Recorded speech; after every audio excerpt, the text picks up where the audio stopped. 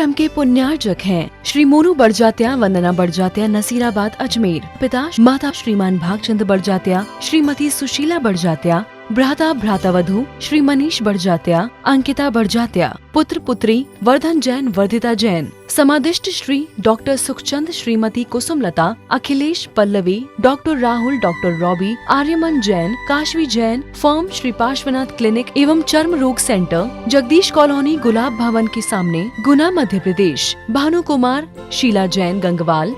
पुत्र पुत्रवधू कपिल, आरती जैन, पौत्री हितांशी जैन, गौरवी जैन, कोटा वाले। पुत्री दामाद सारिका, सुनील जैन, सेठी, दुबई। दोहिता काव्य जैन, फर्म स्वास्तिक सॉल्यूशंस, प्रताप नगर, जयपुर। अजीत मैना सेठी, मोहित ममता सेठी, नीर, रवि, नेहा काला, स्वरा काला, स्वस्ति काला, कमल सुधा सेठी, गौरव माया सेठी, गर्वित मायरव सेठी।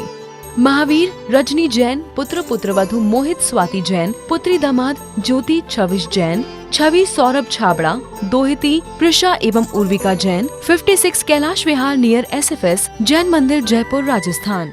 बोलिए पंच परमेष्टि भगवान की, भगवान महावीर स्वामी की, अहिंसा परमो धर्म की। परम पूज्य आचार्य गुरुवर श्री विद्यासागर जी महाराज की, परम पूज्य आचार्य श्री समय सागर जी महाराज की। तो जो व्यक्ति छोटी मोटी बातों से प्रभावित होता है वह व्यक्ति जीवन में कुछ भी हासिल नहीं कर पाता है। पारसनाथ भगवान के जीवन को देखो, इतनी विषम परिस्थितियों में भी विरंच मात्र विचलित नहीं हुए। यदि वो चाहते भी तो कौन था वो उनका विरोधी? कौन था? कौन था? कमठ। चुटकियों में उड़ा सकते थे उसके लिए। वो ताकत जो सुमेरु को पलटा सकती थी, उनकी ताकत नहीं। गलती इस कमठ की नहीं है, उसके कर्मों की है। उसे यहीं पर अकाउंट सेटल कर लेना चाहिए। मैं यदि भगवान बन गया तो उसका कर्म कहां धुलेगा? इसलिए इसका कर्म जो बंधा है हमारे उसके बीच में, भाई भाई के बीच का, उस कर्म को यहीं पर उसको समाप्त कर लेने दो। नहीं तो वो कहां भजाने जाएगा? मैं भगवान बन गया तो इसका कर्म कहां चुकाएगा जी? यहीं का बदला यहीं उसको कर लेने दो पूरा। तो पारसनाथ प्रभु रंच मात्र भी विचलित नहीं हुए।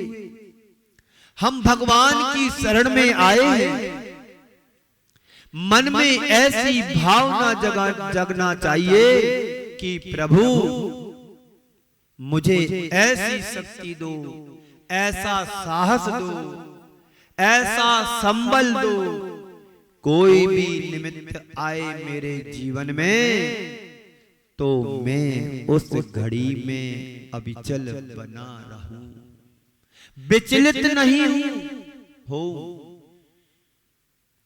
ये भावना तो मन में ला सकते हैं कि नहीं ला सकते? बोलो सौभाग्यमल जी।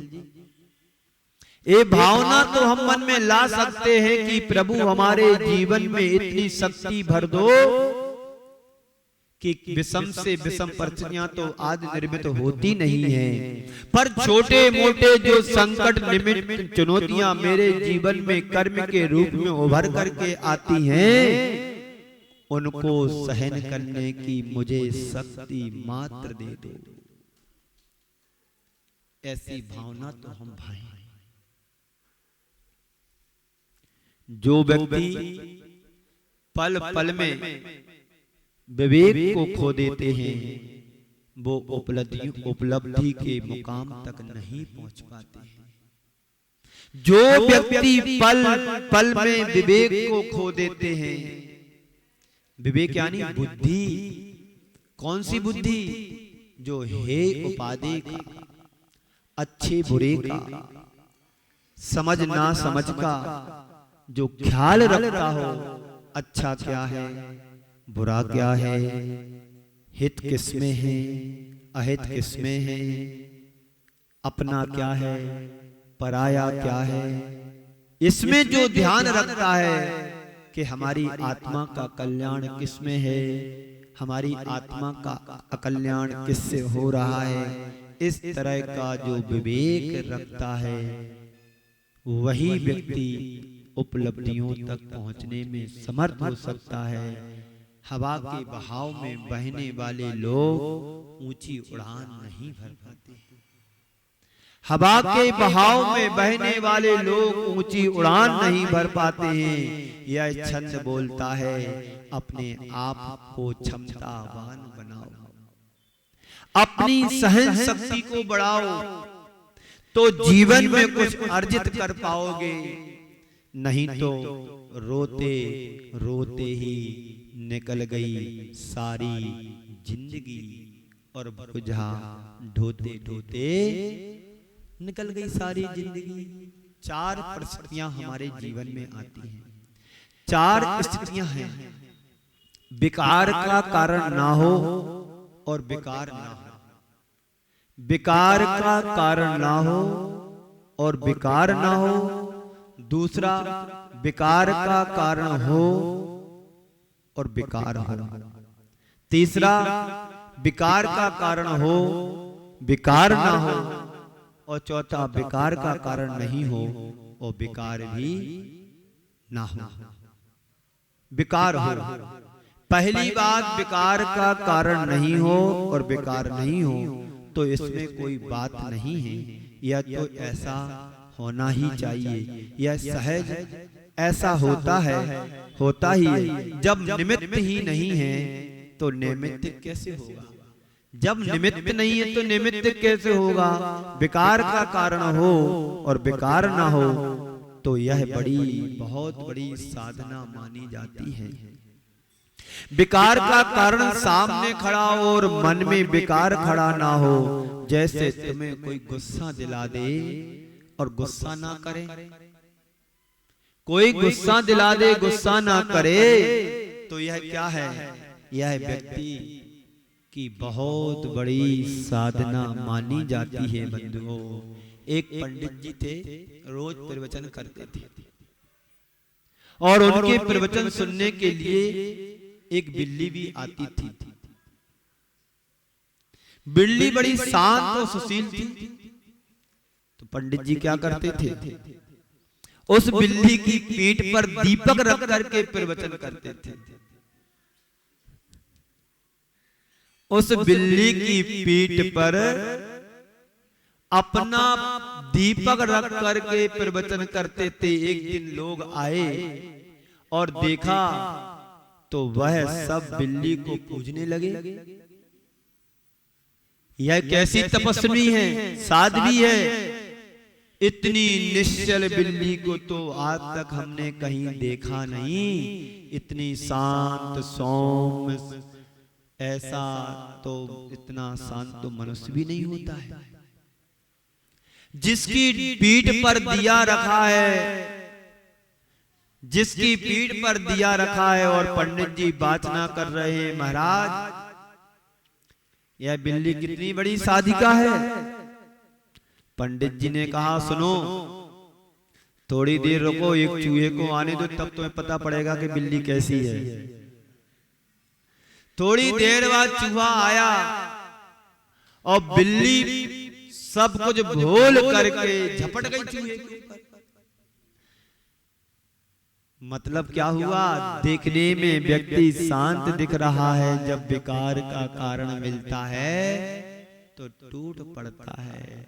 विकार का कारण ना हो और विकार चूहा आया और बिल्ली सब भूल कर झपट गई। विकार का कारण ना हो और विकार ना हो तो तुम लोग सब के साथ यही हाल है। महाराज, जब तक वातावरण मेरे अनुकूल रहता है तब तक हम बड़े धर्मी होते हैं। हमको गुस्सा कब आ जाता है, जब कोई गुस्सा दिलाता है ना। भगवान तो निर्विकार हो गए, उनके सामने कितना बड़ा विकार का कारण आया, लेकिन वह विकार भाव से प्रभावित नहीं हुए, भगवान की भक्ति कर रहे हो, पर तुम्हारे सामने कैसी स्थिति नहीं, तुम्हारे सामने वैसी स्थिति नहीं है, पर थोड़ा अपनी भूमिका के अनुरूप यह तय करना शुरू करो कि मेरे जीवन में छोटे मोटे विकार के कारण आएंगे, पर मैं आएंगे अपने आप वो विकारी नहीं बनने दूंगा, तब तुम्हारी भक्ति सार्थक होगी। हमारे सामने कैसे भी विकार आए, कैसे भी कारण बने, हमें उनसे प्रभावित नहीं होना है। कल्पांत काल मरुता चलिता चले ने। इसका मतलब क्या है? आंधी तूफान भी चले फिर भी हमें विचलित नहीं होना है। जैसे भगवान के ऊपर उपसर्ग आया पर वो विचलित नहीं हो सके, तो ऐसा कर सकते हो, ऐसा पुरुषार्थ पराक्रम, कोई भी प्रतिकूल निमित्त आने पर भी मैं अपनी स्थिरता को नहीं खोऊंगा। ऐसा प्रयास करें कि विकार का कारण हो तब भी विकार नहीं आए। विकार का कारण भी हो और विकार हो, कारण आया तो विकार हो गया। चौथी बात, विकार का कारण ना हो तो भी विकार हो। कई लोग हैं जो निमित्त मिलने पर विचलित होते हैं, और बहुत से ऐसे लोग भी हैं जो बिना निमित्त के भी विचलित हो जाते हैं। उन्हें आचार्य कहते हैं बड़े खतरनाक लोग हैं। बात बजने पर नाचने वाले लोग तो तुम्हें बहुत मिल जाएंगे, बाजे बजे तो नाचने वाले बहुत लोग मिल जाएंगे, है ना। पर कुछ लोग ऐसे भी हैं जो बिना वाद्य के भी नाचना शुरू कर देते हैं। बस उन्हें मौका मिलना चाहिए। बिना निमित्त के विकार अपने मन को सामने खड़ा करके देखो और प्रभु के सामने देखो और उनसे अपनी तुलना करो कि प्रभु आप कहां और मैं कहां। आपके सामने इतना बड़ा दुर्निमित्त आया लेकिन आप टस से मस नहीं हुए। कोई आपको हिला नहीं सका, कोई आपको प्रभावित नहीं कर सका। क्यों? कहां से आई भगवान में शक्ति और कहां से प्रकट हुई है सामर्थ्य? तो भगवान कहते हैं कि यह सामर्थ्य तुम्हारे भीतर भी है बंधुओं। अपने आप को संभालने की क्षमता तुम्हारे भीतर भी है। अगर तुम्हारी चेतना आत्मा जाग जाए तो और तुम्हारे अंदर स्थिरता आ जाए तो बड़े से बड़े निमित्तों में भी स्थिरता बनाई जा सकती है। और इस संसार में जीना है, तुम सोचो कि मेरे सामने कोई निमित्त ना आए और मैं सुखी रहूं, तो ऐसा कभी हो नहीं सकता है। जब तक हमारी आत्मा में कर्म लगे हुए हैं तो जो कर्म हमने बांधा था वो किसी ना किसी रूप में उभर करके हमारे जीवन में आता ही आता है। बड़ा अच्छा दाम्पत्य जीवन है, और जब कोई बच्चे का जन्म होता है तो ऐसा बच्चा भी जन्म ले लेता है जो तुमने कभी कल्पना भी नहीं की होगी। नेमोवर में एक जैन परिवार रहता है, उसके यहाँ एक बेटा है। अब तो वो शायद 15 साल का हो गया होगा। उसके दोनों हाथ तो हैं पर घुटनी के ऊपर से हाथ है, इतना। अब बताइए उसने क्या बिगाड़ा? जन्म तो ले लिया, जैन कुल में जन्म ले लिया, और जैन कुल में जन्म लेने के बाद भी उसके हाथ आए पर यहां से आए। अभी परसों के दिन, स्थापना के दिन वो लड़का आया। हालांकि वो तो जन्म से अच्छा हुआ था, वो तो किसी कारण से जन्म के बाद ऐसा हो गया। और भी आप कई लोग आपने ऐसा देखा होगा, किसी के हाथ नहीं, किसी के पैर नहीं, किसी का कुछ नहीं, सब कुछ होने के बाद भी मेंटली डिस्टर्ब हो जाते हैं। एक कर्म है, कर्म किसी को नहीं छोड़ते हैं। तो कहने का मतलब ऐसा है कि निमित्त से बच पाना संभव नहीं है। कोशिश हमारी होना चाहिए कि हमारे जीवन में निमित्त आए पर उनसे बचने का प्रयास करो। जैसे पारसनाथ भगवान ने किया, पांडवों ने किया, है ना। पांडवों के ऊपर जलते हुए आभूषण पहना दिए गए, पर वो पांडव विचलित नहीं हुए, उनकी विजय हो गई। सुकुमार मुनि के जीवन को देखो, जो उनकी पूर्व अवस्था की भाभी थी, स्यालनी बनकर के आई। कहां भाभी थी, देवर के ऊपर कर में बांधा तो स्यालनी बनी और वो मुनि बने। मुनि अवस्था में उपसर्ग उन्होंने सहन किया। कमर से लेकर के पैर तक 3 दिन तक स्यालनी परिवार के साथ खाती रही, लेकिन विचलित नहीं हुए। हुए क्या?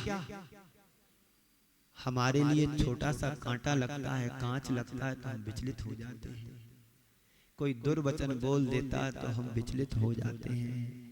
आज के संदर्भ से तय करो कि लोग कुछ भी मेरे लिए कहे, हमें कुछ नहीं बोलना।